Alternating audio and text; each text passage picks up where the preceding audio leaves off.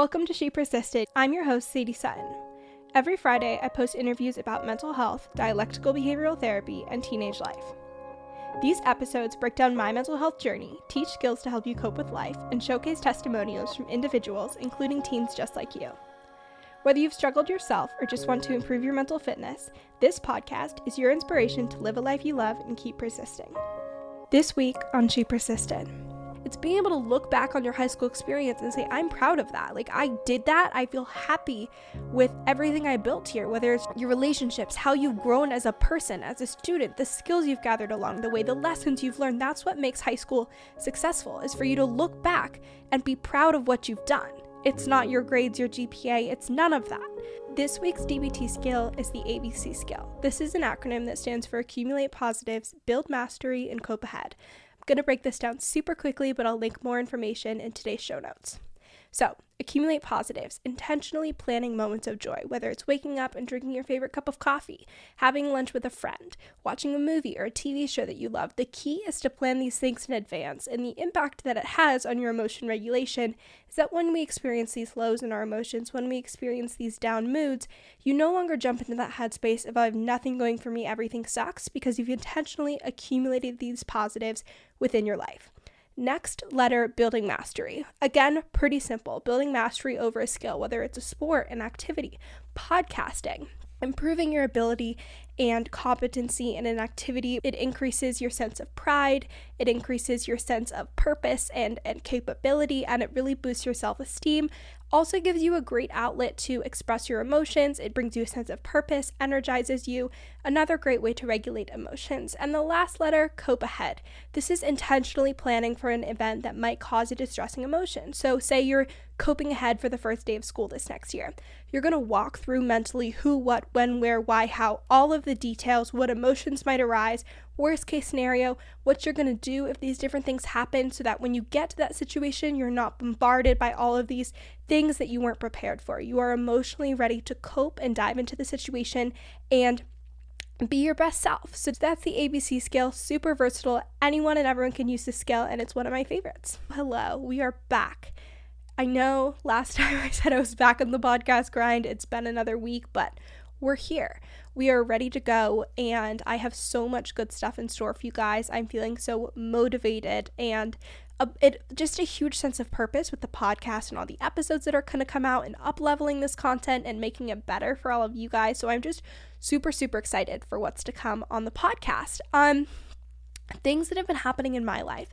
Really trying to get back on top of my sleep, got on a really bad sleep schedule, and if you are familiar with my story or my philosophies around mental health, you know that I prioritize sleep so much. I think it's so connected to your vulnerability and your emotion regulation and your ability to tolerate distress and build your relationships. Like, it's all interconnected, and when we are not sleeping well, all of those things suffer. And so really got to get back on that sleep. What I'm doing this week, if you're also looking for tips and tricks to improve your sleep, is I'm doing an electronic shut off at 11 p.m. You can do whatever time works for you based on your kind of sleep routine. And not just that, we're leaving the electronics downstairs. There's no temptation of like waking up and scrolling on TikTok or watching TV. And I was with my therapist this week, and she was like, Sadie, like, is this really going to work? Like, are you just going to put the electronics downstairs? And I was like, no.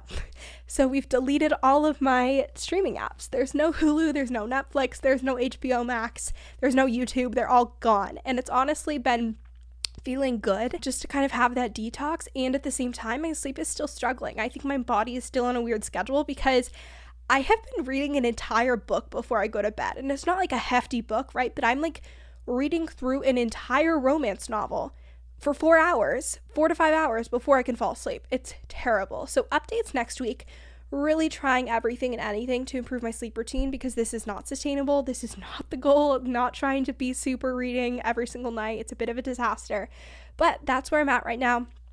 So I tangent on the therapy thing. I was talking to someone today, and she was talking about how she used to be in therapy, but she's moved on from that point in her life now. And I was wondering, I want your guys' input. Is therapy something that you like move on from? Is that the goal, to like not be getting any kind of like professional support? Because I'm not saying I disagree or agree, but I don't think therapy is like a positive or a negative impact on your mental health. Like, maybe you function perfectly well without therapy. Great, love it. Maybe you function at your best when you're seeing a therapist every week, 2 weeks, 3 weeks, whatever your schedule is, and that's how you function best. Like, that's not you don't have to feel like you're working towards never working with someone, because maybe that's what helps you feel the best, and have someone to check in with. And like, I also think there's a lot of misconceptions about what therapy necessarily means. I know for me, it shifted so much. I would initially go into therapy sessions and be sobbing, and we would be doing like deep chain analyses on, which I talked about that skill before, but like deep diving into why I engaged in a certain behavior, or blow up that I had with my parents, or like coming out of the hospital, like what went wrong with that? Like, that was what I was doing in therapy, sobbing, emotions overwhelming, would leave therapy and be like, when's my next session? Like, I need this lifeline. And now I'm going to therapy, and yes, I'm still working through some emotions and all these kinds of different things and things that I've gone through, but it's also like, how am I going to advocate for this thing for my parents or an adult in my life? How am I going to plan to be successful in college, get that sleep back on track, have a routine that works for me, eat healthier, exercise more, like all of these habits that I'm building, or checking in about a relationship. Like, I don't know. I think that's such an amazing resource, and we discount that can be what therapy is for you. Like, if you don't have a great adult in your life that you can get honest insight on and education on how to be more effective in your relationships or at school or with your sleep, like having a therapist or a counselor, someone to talk to about that could be a huge resource. And it doesn't mean that you're going in and getting a diagnosis or medicated or anything every week. Like, I don't know, stereotypes. That was the tangent. So many questions there. Let me know your thoughts of what therapy looks like for you, if you want it to look different or you're happy with how it looks for you now, and if the goal for therapy is to just graduate and be done with that. Like, confused. Okay, off of that whole tangent, but yeah, now we're going to dive into the actual main part of this episode, which is high school. I graduated high school. Gosh, now it's almost like over a month ago. I really meant to do this episode like the week after I graduated, and it just hasn't happened, but we've had time to reflect. And while I have done a mental health tips for high school students episode, which I'll link in today's show notes, I really just wanted to do a recap, a reflection, regroup on what happened. Anyways, it didn't really feel right just to jump into all of these other amazing episodes, start transitioning to college without truly doing like a recap episode on high school, because again, so much of my mental health struggles occurred during high school, occurred during my freshman year. My whole treatment experience was during my time in high school. And so it's really important to me to dive into this episode, make this a resource for anyone who had any questions about navigating your mental health in high school and what that was like for me. Little story time moment, if you will. Okay, so first thing we're going to talk about is kind of just go through the timeline, right? So started freshman year, really still struggling with depression, anxiety, all of these different things, in and out of treatment, whether it was being in the hospital, doing outpatient, partial hospitalization, group therapy, family therapy, all of the things were happening as I was just trying to transition to high school. I felt really lonely. I felt like I didn't fit in with my community at that school. I really just didn't have a group of peers that I identified with. I didn't have a close group of friends. I was super, super isolated. And so I was isolated for a couple of reasons. And the first reason I would say was really because when we're depressed, we have the urge to withdraw and sit in those feelings and not engage in these things. We lose interest in our different activities that we're doing. So that was something that was very, very prevalent. And as I started experiencing what I was going through, I felt so isolated in my emotions and that other people wouldn't understand that I did pull back from my friendships and my family relationships and all of those different things.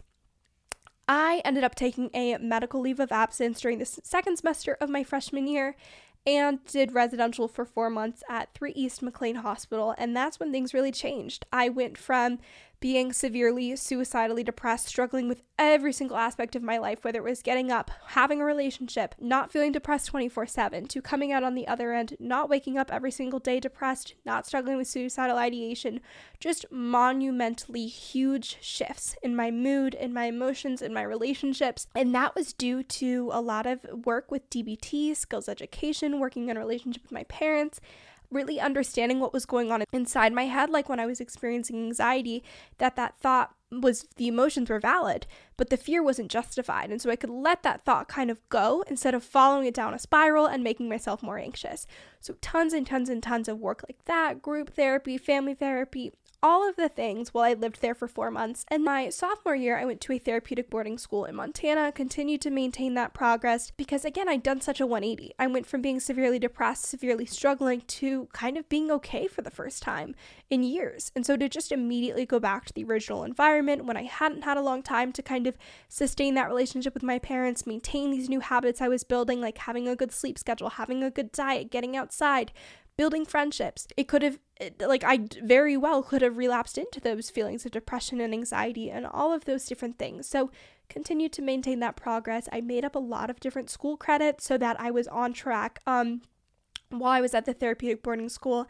And then we came back home and I went to the local public school for my junior year. And that was good. I think the first semester I was so overwhelmed by the transition, I would say especially academically, that it was taking everything in me to just kind of stay on top of that. The concept of making new friends and truly building a community at that school wasn't something that came until my senior year because COVID hit right in the middle of my junior year. So again, more things going crazy. We were all at home. We were in lockdown. I didn't even really have any Zoom school during my junior year. They just had us do assignments. And then senior year, we did do Zoom school. We did go back in person at the end. We graduated, and I have built a really great community and group of friends. I enjoyed my classes, and yeah, all of the things kind of worked out. Things really shifted. I went into high school severely struggling, barely making it through the day every day.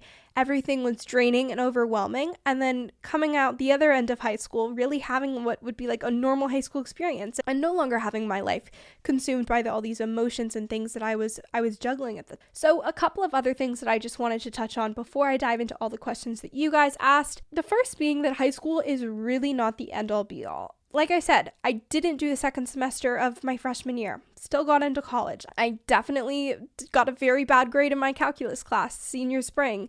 Still going to college that I know of. And so while it does seem like everything is like life or death, your future is dependent on this grade in this AP class or this test that's coming up or this quiz, I promise it's not. You have time to recover. You have time to adapt. You have so much to look forward to and so much in front of you time-wise with college, if that's the path you choose. If with life, you have decades to figure this all out. And it's not as significant as you think. And I'm not trying to make that invalidating, but you can take a little bit of stress off of yourself. You can say, hey, okay, like this quiz isn't going to be life or death. It's not going to dictate my entire future because I have decades of life left to live.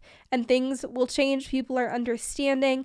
All of these things. So that's the first thing, which is that so many of these things that bring us so much stress in high school are insignificant in the grand scheme of things, and you can allow yourself to focus on moments that bring you joy and happiness and purpose and have what is a quote-unquote successful high school experience. And I wrote that down in my notes before I was doing this episode, and what I mean by that is not getting into a certain school or having certain grades when you graduate or a certain GPA or having a certain number of extracurriculars. It's being able to look back on your high school experience and say, I'm proud of that. Like, I did that. I feel happy with everything I built here, whether it's your relationships, how you've grown as a person, as a student, the skills you've gathered along the way, the lessons you've learned. That's what makes high school successful, is for you to look back and be proud of what you've done. It's not your grades, your GPA. It's none of that. And then the last thing that I want to mention before your questions is that if you are struggling with your mental health in high school, there is no better time than now to do a deep dive into that. You are in a very unique point in your life where you're not locked into your career. You're not completely financially independent. You are not navigating college or graduate school, whatever these things are, whatever the next steps that you're going to take that make it very difficult to uproot your life, they haven't happened yet. So you are able to, like me, do residential or a therapeutic boarding school and still have a normal high school experience. Continue on the path that you want to in a much better headspace, better equipped to navigate the world and adulthood and all of these things. So if you are even thinking like, should I go into therapy? Like, I'm worried this will add a lot to my plate. Or should I ask my parents about getting support or treatment, whatever it is? Yes, 110% yes, because you are at such a unique time in your life where you can do that and there's not a ton of consequences. Like I said, didn't do the second semester freshman year. I made up the credits. Whenever I was in the hospital, I would come back to school and I could make up the work. Like, like, high school is there to support you. They're there to help you navigate these things, and you're not locked in on a certain path yet. So you can totally 100% get that support, do the work now, and your adult self will be so thankful that you have the ability to cope and be persistent and overcome challenges.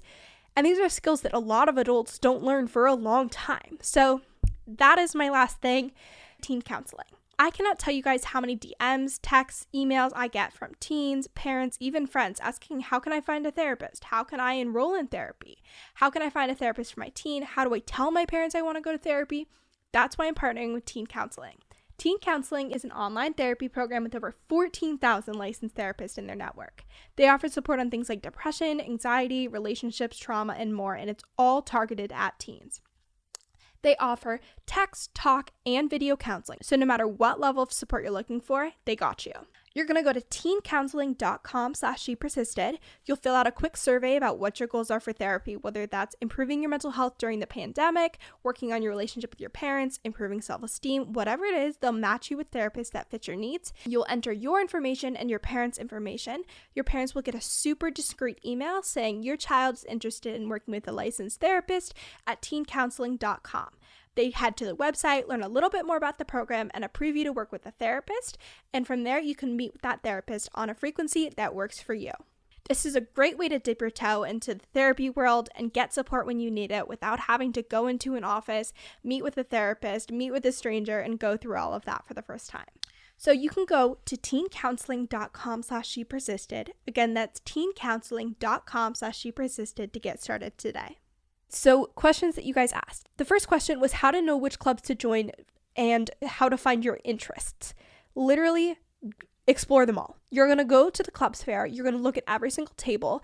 Yes, like you can walk around with your friends, see what they're doing, because honestly, if you have someone to sit with at a club, I feel like you get a lot more out of it than if you're just like sitting by yourself, eating your own lunch, awkward, wondering if everyone's looking at you. Like, have a wing woman, a wingman, like whatever it is, go walk around all the club's tables, see anything and everything that piques your interest, add your email to their email list. Maybe there's going to be an opportunity that you want to join, but you don't necessarily want to commit to the club.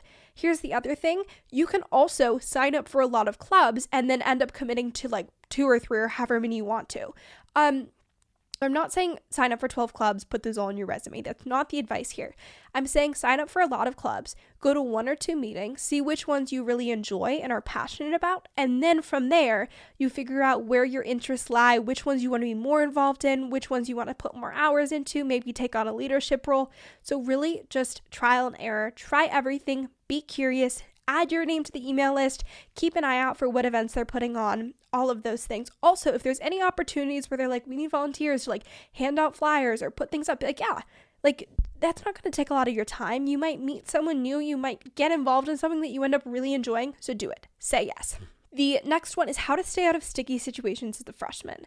Sticky situations, I feel like, can go so many different ways. I would say going into high school, really work to have a good support system that is outside of your school or that is diversified among your social circles. So if you have a great adult that you can rely on in your life, if you have a close relationship with a parent, if you have a friend that you're not necessarily in the same social group, you get along with really well, you grab coffee all the time, those people are the ones that you can keep yourself in check with. You can ask them, you can bounce ideas off of, and you're like, I'm really not sure like what's going on in this situation.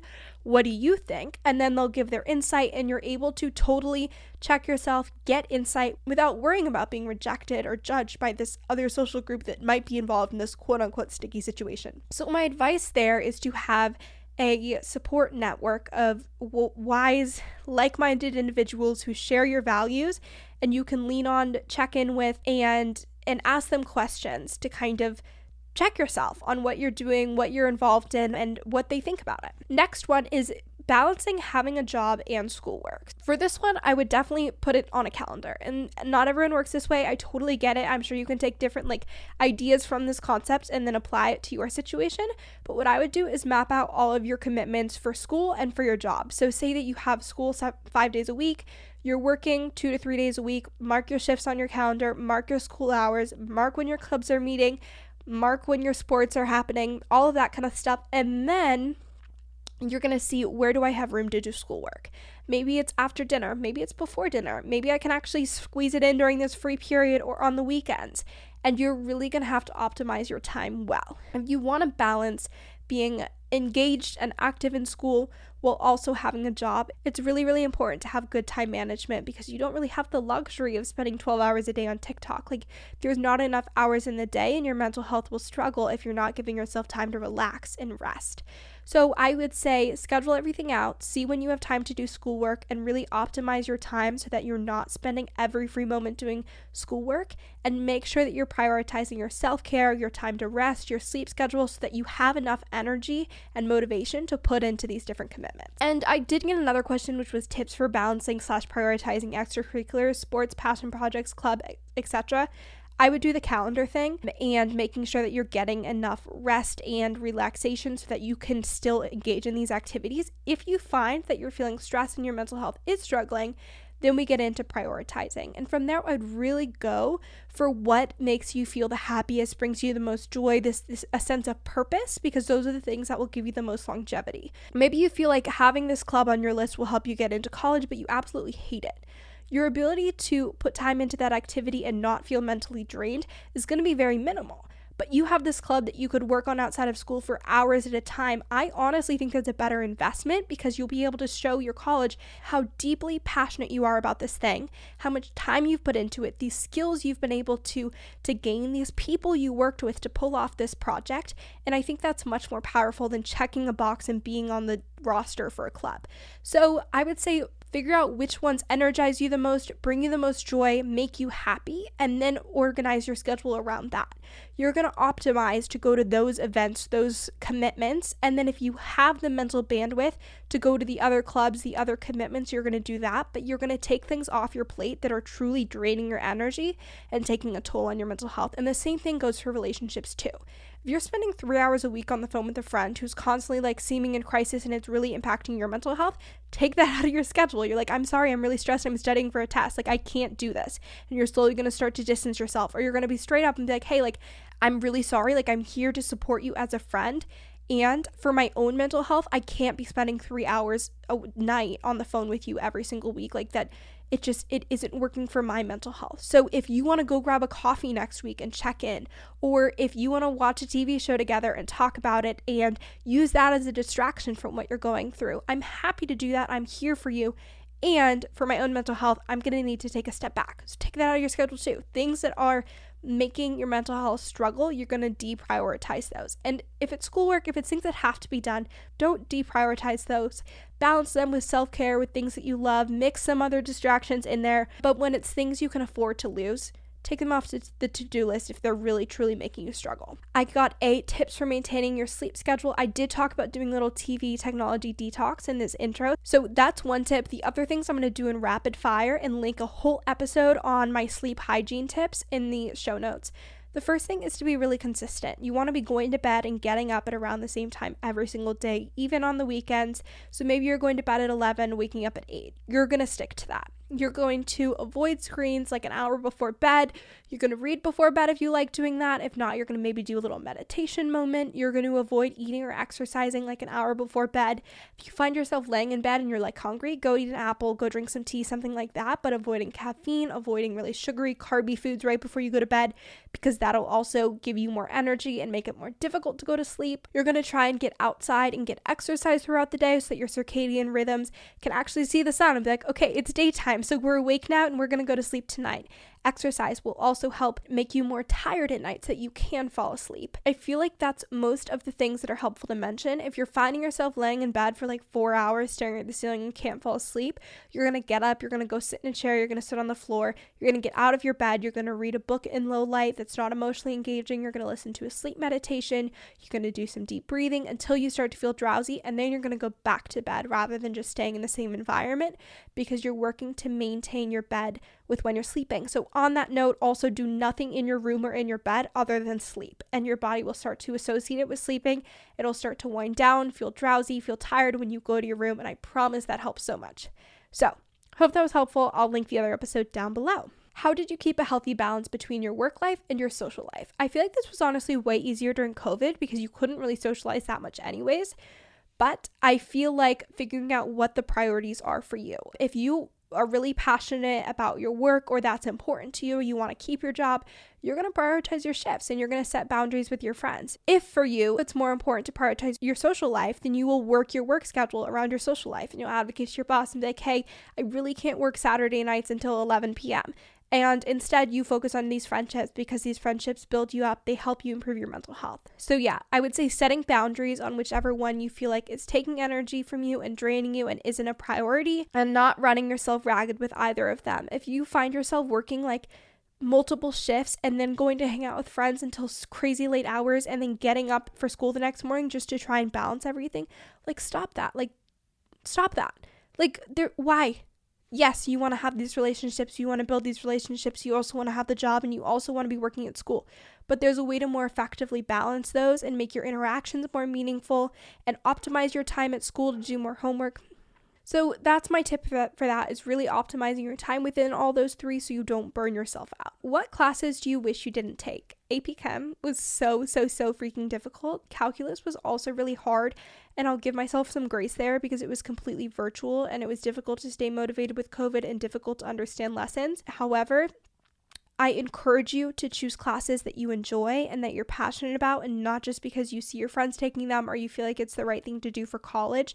If you can go above and beyond and have a great grade and show this amazing passion project that you've done on a class rather than taking on 3 extra APs, I really do truly feel like that's more powerful. So I wish that I didn't, in general, take classes that I felt I needed to take for college or it was the right thing to do, and instead lean into classes that I really felt passionate about and that piqued my interest and kept me motivated and interested and wanting to come to every single class and learn more about the topic. What are your 3 biggest pieces of advice for incoming freshmen? Okay, I'll really try and keep this to 3. The first thing is what I said earlier about saying yes to everything. Go and look at every single club, look at all the posters, read all the emails, talk to all the teachers, read the descriptions for all the sports, really put yourself out there. You don't know what you're going to like, and at least being curious about all these opportunities will serve you in the long run. You don't have to commit to doing 12 sports and 18 clubs, but at least get curious about 7 different activities at your school and then commit to just a few. The next thing is to really put yourself out there. Say hi.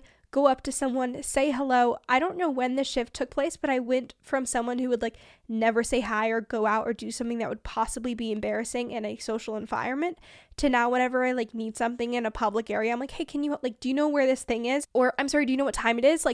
No one cares. Everyone is thinking so much more about themselves and what people are thinking of them than possibly judging you. So go up to people, say hi to them if you think you might get along, ask them if they want to hang out, ask them for help studying for something, or complain about a class that you're both in.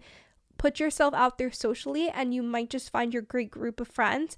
And if you don't, you never have to talk to them again. They're not going to remember, and I promise it'll be okay. And then the last thing is to ask questions. No one knows how to study perfectly. No one knows the right way to do the homework. No one knows exactly what a teacher is going to be looking for on an assignment. So ask them. Ask your friends what they're doing. Ask the teacher what they suggest to study. Ask the guidance counselor, how can I navigate this? I'm really stressed out this week. They'll help you advocate for an extension. Ask questions because you're not supposed to know everything, and it's okay to ask for support. And I didn't really mention anything on mental health there. Of course, that's important, but I also feel like, and I know I didn't say anything mental health related on there, but I feel like all of those things, being engaged in activities, having a good social group, and leading a support system, those all lead to great mental health. And we talked a lot about other different treatment things in this episode, so I feel like it's okay. Last 2 questions. One is, what extracurriculars did you have? I did a couple of things in high school. I was at, again, 3 different schools. So freshman year, I did cross country. I didn't compete because I was in and out of the hospital, but I did do the practices. I was in the TEDx club, I was in feminism club, and I was in sports medicine club. Sophomore year, I was at my therapeutic boarding school, and I started there and worked on their community service club. And I was also on student government there. And then junior and senior year, I was in broadcasting club, Women in STEM club, which I only did for 1 year, Red Cross club. Trying to think if I'm forgetting anything. Tried out for cheerleading, didn't end up going through that because scheduling wise and because of COVID, and I had the podcast. And that's not really a school extracurricular, but that was what I was spending all my free time doing. Last question is, are you bringing the dogs to college? I wish. I really freaking wish. Can you imagine if I could have like them there as emotional support animals, like in the dorm and at all my classes? No, sadly I'm not. They're staying in California, and I honestly don't know if I'll be able to see them before Christmas because I think we're traveling over Thanksgiving and we're not going to be at home. But I will miss them so much, and I will get, I'm sure, tons of fun photos and videos, which I'll share with you guys on Instagram as well. And yeah, sad answer is no, I'm not bringing them to college, but I'm going to miss them so much, and it's going to be so sad.